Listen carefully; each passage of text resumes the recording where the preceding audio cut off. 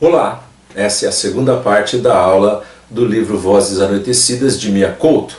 Nós estamos agora fazendo a análise dos contos e o próximo conto da obra aqui é Afinal, Carlota Argentina não chegou de voar? Esse conto é dividido em algumas partes e nós começamos com a primeira parte do livro, em que temos uma fala do narrador bastante interessante. Ele diz: eu somos tristes. Não me engano, digo bem, ou talvez nós sou triste, porque dentro de mim não sou sozinho, sou muitos. A que se refere esse personagem? Do que ele está falando? Na verdade, ele está preso, ele está cumprindo uma pena por ter assassinado a esposa. Ele vai tentar explicar o que aconteceu, por que essa prisão e por que o assassinato, e ele vai alegar que na verdade não foi culpa dele. Ele diz: eu só matei minha esposa por culpa de meu cunhado Bartolomeu. E aí, na segunda parte, asas no chão, brasas no céu, o nosso personagem que está preso, ele começa a contar que o seu cunhado Bartolomeu, enquanto estava lá tentando fazer um chá na casa dele, acendeu o fogão a lenha e um pedaço de brasa acabou espalhando-se ali por um acidente, caiu sobre a esposa que já estava dormindo. A esposa, assustada, ela levanta gritando, com dor, não sabe o que está acontecendo. O marido ingenuamente se lembra da história das Noi. Noi é um tipo de mulher na cultura moçambicana que à noite ela se transforma num bicho. Ora, a mulher ficou muito brava, era natural que ela gritasse, que ela brigasse com esse marido que jogou uma cinza quente e a queimou. O marido então, o Bartolomeu, vai e conta para o nosso narrador. E como as duas esposas são irmãs, o nosso narrador fica preocupado. E se a minha esposa também é uma Noi? Vamos então testar. E aí ele espera que a esposa durma, diz o narrador. Ele ferve uma porção de água e joga sobre a esposa. Um ato absolutamente irresponsável, mas motivado por uma ingenuidade ridícula. Como pensar que a mulher é um tipo de monstro, um tipo de bicho que se transforma à noite aí e que poderia matá-lo? Bom, a sua esposa, ferida gravemente, ela não se move. Ela fica no chão, ela fica ali onde ela está deitada. No dia seguinte, nosso personagem leva a esposa para o quintal, mas ela acabou morrendo. As queimaduras que ela sofreu foram muito graves e ela acabou falecendo. Na terceira parte, o nosso narrador, o personagem, ele diz que está conversando, num sonho, a mulher aparece para ele e diz que ele vai morrer logo. Isso é talvez um sentimento de culpa que tivesse motivado esse tipo de sonho. Na quarta parte, o narrador declara o seguinte: eu tenho que assumir que o culpado pela morte da minha esposa sou eu, não importa que justificativa eu tenho dado, o que mais importa agora é não me defender mais, cumprir a pena que me cabe. O Bartolomeu acabou concluindo lá, o cunhado, que a esposa não era uma Noi, então a esposa dele também não era. Isso não vai fazer a menor diferença. Na verdade, o nosso personagem é um assassino, está condenado, e a ele agora só cabe esperar, enfim, uma vida sem graça, porque ele não consegue esquecer da mulher que ele matou de forma tão estúpida. Ok? Vamos lá? Próximo conto é um conto muito triste, um conto muito tenso. Nós temos um personagem chamado Said, e o Said tem um apelido, ele é apelidado lá pelos seus vizinhos de Lata d'Água. O Said Lata d'Água. E por que esse apelido? Na verdade, Said era um homem que bebia demais, alcoólatra, conheceu uma mulher da vida, Júlia. A Júlia teve todos os homens que você possa imaginar. A Júlia teve alguns filhos que ela deixou com esses pais. A Júlia não prestava, esse é o fato. Mas encontrando com o Said, acabaram conversando, fizeram alguma amizade. Ela foi para a casa dele por conta do frio, não tinha onde dormir, acabou ficando uma noite, uma semana, um mês, e quando viram estavam amigados. Daí o povo chamar o Said de Lata d'Água. A água não tem escolha, a água tem que se adaptar à forma que lhe derem. O Said, ele resolveu morar, ele resolveu viver com uma mulher que era uma mulher perdida, de má fama. Muito bem.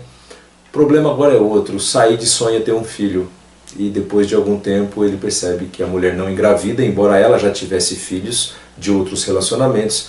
O Said entra em pânico. Como é que vai ser? Um filho é uma coisa que eu tenho que ter.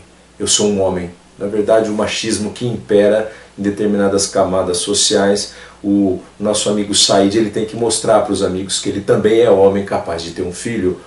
Como ele é estéril, então ele vai fazer uma sugestão assustadora. Ele diz para a mulher: você sai, encontra um homem e faça com ele o filho que eu gostaria de ter. A esposa acaba aceitando meio a contragosto, porque ela já tem uma má fama e tudo mais, e ela sai. Ela continua saindo todas as noites, até que um dia ela diz: eu estou grávida e você vai ter o filho que você deseja. A partir daí, o que acontece na cabeça do Said? Ele agora tem vergonha, não foi homem suficiente para ter o próprio filho, e aí ele passa a agredir a esposa, agride quando ela está grávida e agride depois do nascimento do bebê.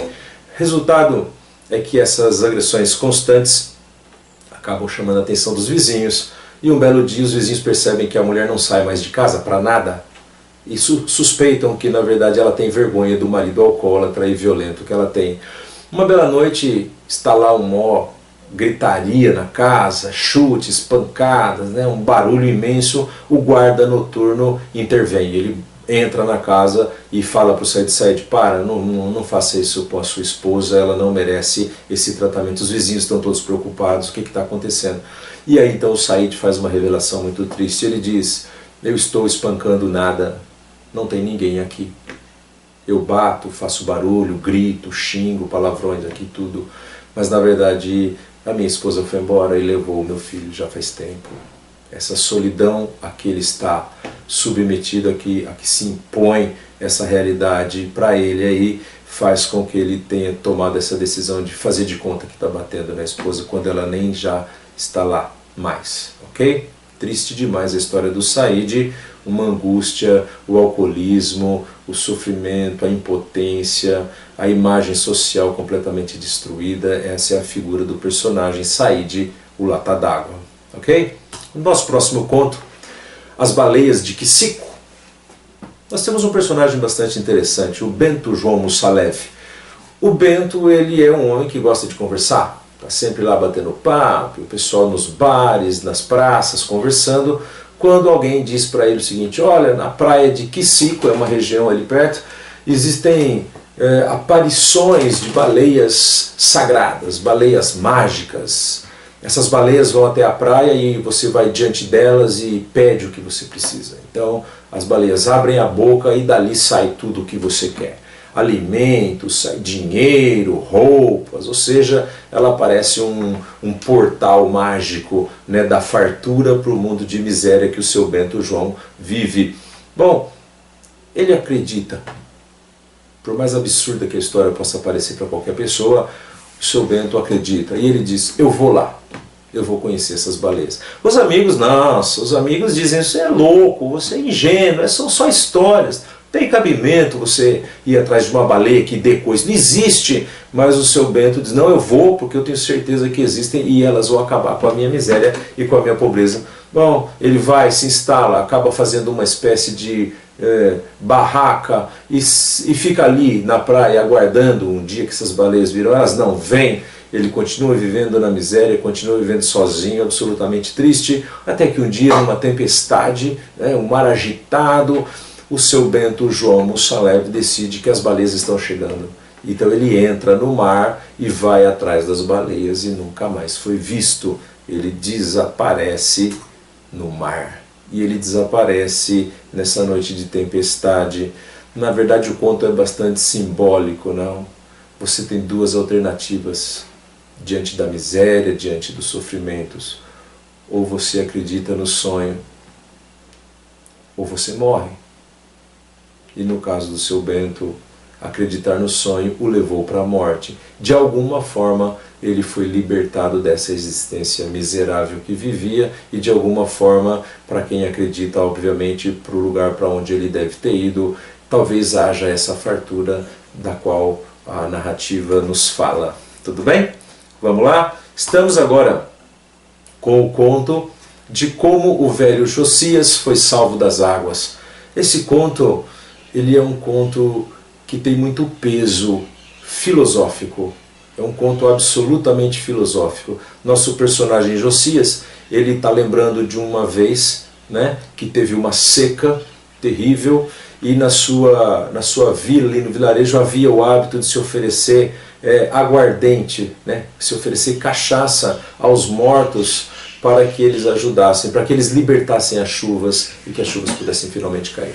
Ora, seu Josias se oferece para levar essa cachaça ao cemitério. E o detalhe, o ritual pode ser feito por apenas uma pessoa. Então, seu Josias, pode deixar comigo que eu levo. O cemitério fica um pouco afastado, ele pega 2 panelas cheias de aguardente que as pessoas ali conseguiram juntar, só que no caminho ele está cansado, aquelas panelas estão pesadas, ele para numa sombra e decide experimentar, né, dar uma bicadinha ali na cachaça que vai ser oferecida para os mortos. E ele gostou daquela cachaça, e toma mais um gole, toma outro e mais outro, e quando ele vê, ele bebeu metade da cachaça. Na última tentativa ele acaba entornando a panela toda, perdeu toda a cachaça, não tem mais o que oferecer para os falecidos. Ele ficou com medo, como é que eu volto para a vila agora e conto isso? Eles vão me matar.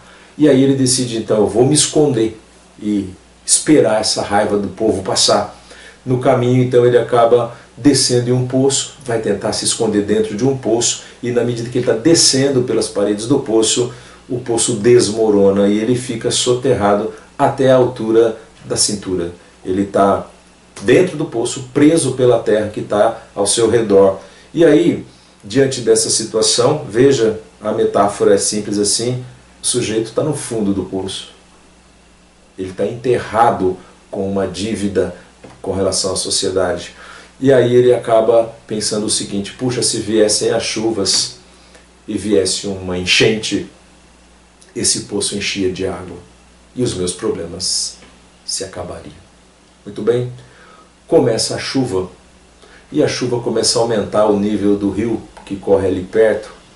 Só que nisso chega uma equipe de resgate. Eles estão procurando pessoas que estão em lugares de risco e eles acabam encontrando o seu Josias. Uma luta para tirá-lo do poço. Ele não quer, ele implora que o deixem ali, que a morte para ele é uma coisa certa, vai aliviá-lo. Os homens tentam convencê-lo de que é melhor sair dali, que a água vai entrar, que ele vai morrer afogado, que a vida vale a pena, que ele tem que ser resgatado. Bom, em resumo, ele é praticamente resgatado à força.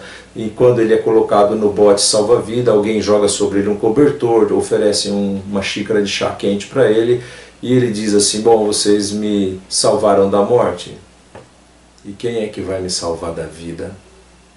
Entenda você que esse conto, ele é absolutamente filosófico. O questionamento mais complexo, vale a pena viver uma existência como essa, cheia de limitações, cheia de miséria, cheia de solidão? O seu Josias faz uma pergunta difícil de ser respondida. Será que não seria melhor morrer ali e acabar logo com esse sofrimento todo? Não, mas você foi salvo. Salvo para quê? Para que vida? O que é que eu vou ter diante de mim depois que eu sair daqui? Ok? É assim que termina o nosso conto. Chegamos agora no conto a história dos aparecidos. Uma enchente na aldeia matou o Luiz e o Aníbal. Eles foram dados como desaparecidos por conta dessa enchente. Desaparecidos, mortos, enfim, as pessoas da vila já entenderam que eles tinham morrido, mas dias depois da suposta morte eles voltam para a vila. Estão vivos, mas vivos mortos, ou mortos vivos. Eles estão mortos, mas estão se comunicando, estão andando, estão falando. As pessoas entram em pânico. Como assim? Eles não são mais desaparecidos, agora eles são aparecidos. Muito bem, ninguém quer aceitá-los. As autoridades dizem, não, vocês morreram, vocês são defuntos, o lugar de vocês é no cemitério. Mortos vivos não podem estar aqui porque não estão na categoria nem de pessoas, de cidadãos. Ora, os dois acabam ficando muito chateados com isso, afinal todo mundo os conhecia, eram pessoas boas, e por que não nos aceitar? Porque vocês estão mortos, o lugar de morto é no cemitério. Muito bem, professor Samuel, professor ali da vila, eles, olha gente, eu discordo de vocês, mas eu vou dar abrigo para esses dois, porque eles estão se comunicando, eles estão falando, eles são pessoas, tá certo que eles estão mortos, mas eles estão vivos. Então vamos lá. Samuel recolhe esses dois na sua casa, cuida deles e vai pedir então uma ajuda. Ele solicita que uma investigação seja feita para se decidir se esses dois devem realmente ser expulsos da vila ou se eles devem ser recolocados na sua antiga condição de cidadãos. Muito bem, a comissão acaba indo até a vila para investigar, conversa com alguns moradores e descobre o quê? Que as autoridades ali da vila, os responsáveis, estão roubando a comida que a vila recebeu por conta da enchente. Isso é típico, não? Isso é bastante simples, isso é comum, em qualquer lugar onde tem miséria, tem corrupção.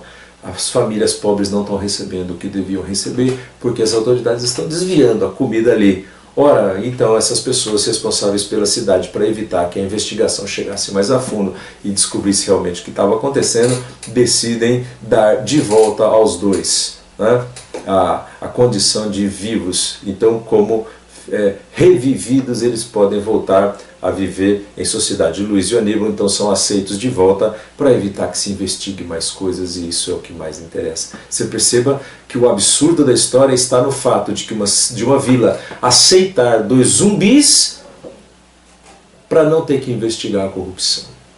Essa é a condição mais absurda tratada pelo conto, ok? Muito bem. Próximo conto, A Menina de Futuro Torcido, é o conto do Sr. Joseldo Bastante. O Sr. Joseldo tem uma filha e ele sonha que essa filha deveria ter um futuro melhor. Ele é um pobre coitado, luta, trabalha muito para sustentar a família, e ele ouve falar que ali na região andou se apresentando um contorcionista, um artista de circo que acabou ganhando muito dinheiro, e aí ele já tomou a decisão: a filha vai ser contorcionista. E como é que faz para ser contorcionista? Ora, ela tem que ficar com o corpo flexível. E ele decide que a sua filha, a partir de então, vai dormir de costas sobre um tambor, uma espécie de barril enorme que ele tem lá na sua garagem. E ele acaba fazendo a menina dormir, digamos assim, dobrada, para que ela aprenda a ter elasticidade, flexibilidade. A filhinha, a Filomeninha, ela não quer ser contorcionista, porque dói dormir naquela posição. Ela está acordando com dores, ela tem lesões, ela está sofrendo, implora, mas o pai diz: é para o seu próprio bem, minha filha, você vai ser contorcionista, você vai ganhar um monte de dinheiro. E depois de bastante tempo naquele sofrimento, a menina se queixando de dores horríveis, o pai diz para ela: finalmente, acho que você está pronta, vamos até o empresário responsável por arrumar emprego para os artistas. Chegando lá, o que ele descobre é que ninguém mais quer saber de contorcionista, já está fora de moda. O contorcionista que se apresentou já ganhou todas as plateias, já recebeu seu dinheiro. Agora, segundo o empresário, a moda é quem tem dentes de aço. E enquanto o pai negocia isso, a Filomeninha está lá chorando de dor, febril, né, com tontura, ela mal consegue parar sentada no banco, na cadeira.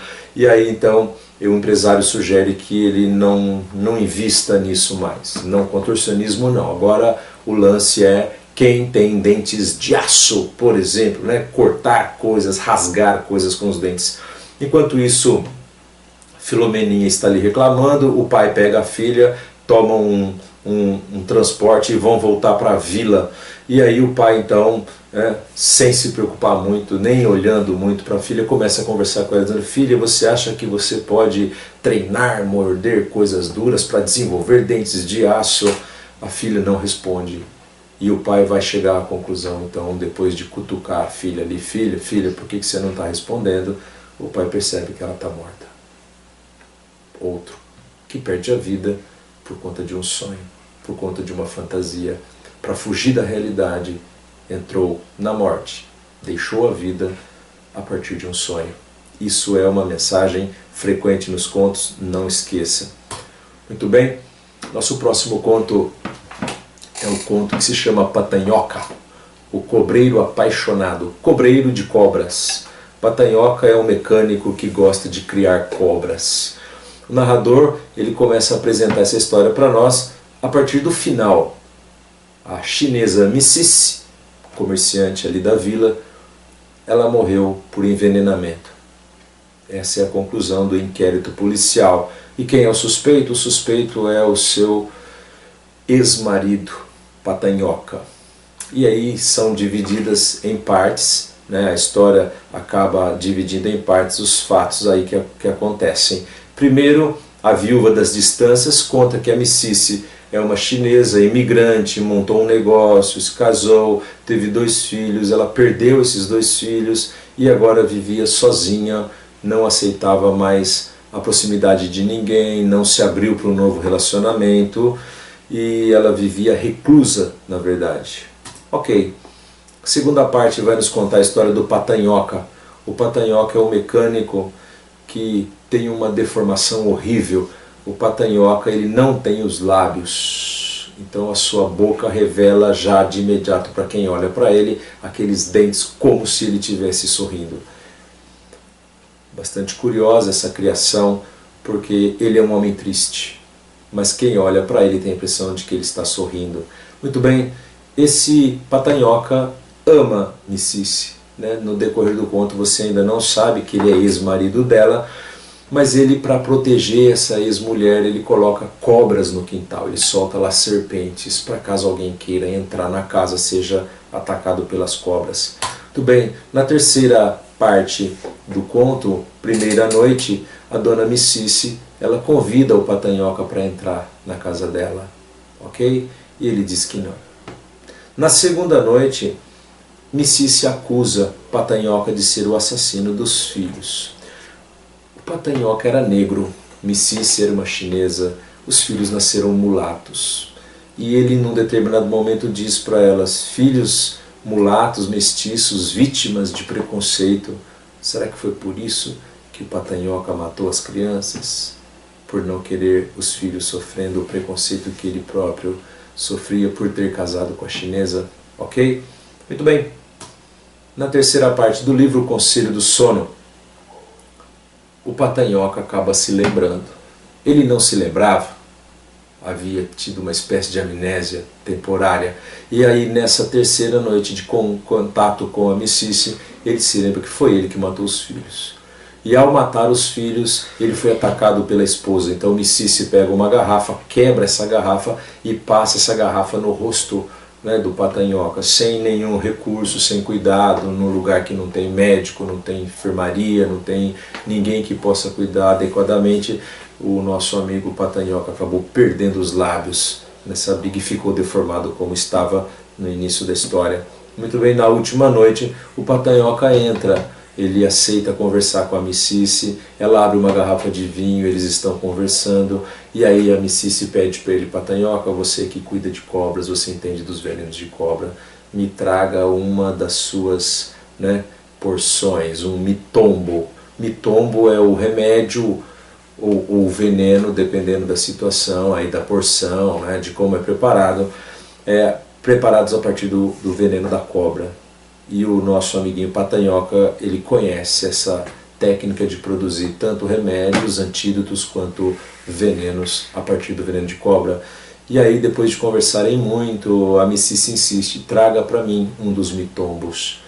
E ele sai e diz para ela: não se preocupa, Micici, o que você estava querendo já está aí nessa garrafa que a gente acabou de beber. A suspeita é que ele tivesse envenenado então a chinesa Micici, ok? Muito bem, agora a gente passa a falar um pouquinho das características da literatura do Miyako, né? O que a gente pode pensar, o que pode ser questionado no vestibular. A primeira característica do Miyako, que é fundamental você saber, é que ele era fã do Guimarães Rosa, apaixonado pela experiência linguística de Guimarães Rosa, neologismos, recriação, a troca de funções sintáticas das palavras, a criação mesmo de termos que são absolutamente diferentes da linguagem habitual, o desprezo completo pelas normas gramaticais. A gramática normativa não tem nenhum sentido na obra do Guimarães Rosa, e na obra de Miyako também não. O próprio Miyako já admitiu numa entrevista que ele é grande fã da obra de Guimarães Rosa e com ele aprendeu muito a respeito da liberdade da linguagem. Então nós temos a inovação linguística como característica. Os personagens de Miyako nessa obra são todos personagens simples, pessoas humildes, populares. as tradições da sua terra. Aqui nós vemos as críticas sociais, nós vemos as questões políticas, nós vemos as questões pessoais, situações vividas individualmente por cada personagem, que revelam toda a miséria em que eles acabam convivendo ali. O real se mistura sempre com o espiritual. Os mortos, eles continuam a viver e os vivos continuam mortos. Essa constatação é bastante séria. Como diz o próprio Miyakoto, cada homem é uma raça. Cada um de nós é único. Na sua coletividade, na sua individualidade, esses personagens se revelam pessoas tristes, que já não conseguem mover-se, elas não conseguem realizar-se como pessoas e acabam recorrendo a estratégias como a violência, o alcoolismo, no geral levados ao sonho, à fantasia, que destrói por completo a sua possibilidade de existência. Miyakoto, como influenciado por Guimarães Rosa, ele tentou e continua tentando, né, nas suas obras, sempre ter uma linguagem própria, muito pessoal. Então, algumas frases que a gente poderia pegar desses contos: somos pobres, só temos nadas. Isso é muito sério. Opa, paradinha para correção aqui. Só temos nadas. Não pode ficar com erro, né? Então voltamos aqui. Agora sim, retornando. Miyakoto, influenciado por Guimarães Rosa, ele tenta buscar uma linguagem muito própria, muito pessoal, muito criativa. Um personagem, por exemplo, diz lá no conto: somos pobres, só temos nadas. Veja, nada não é algo que se possa não ter ou ter. Nada é a negação da existência de algo. Mas nós temos nadas, ou seja, nós temos ausências, nós temos faltas. O frio manda mais que o ciúme. Na verdade, a natureza, a necessidade material, ela é muito mais importante, ela é muito mais séria do que qualquer outra motivação de natureza psicológica. Agora, só o sol é que chove. Olha que bonita forma de dizer que passa-se ali por uma seca duradoura, é incrivelmente longa. Só o sol é que chove. Muito bonita a imagem.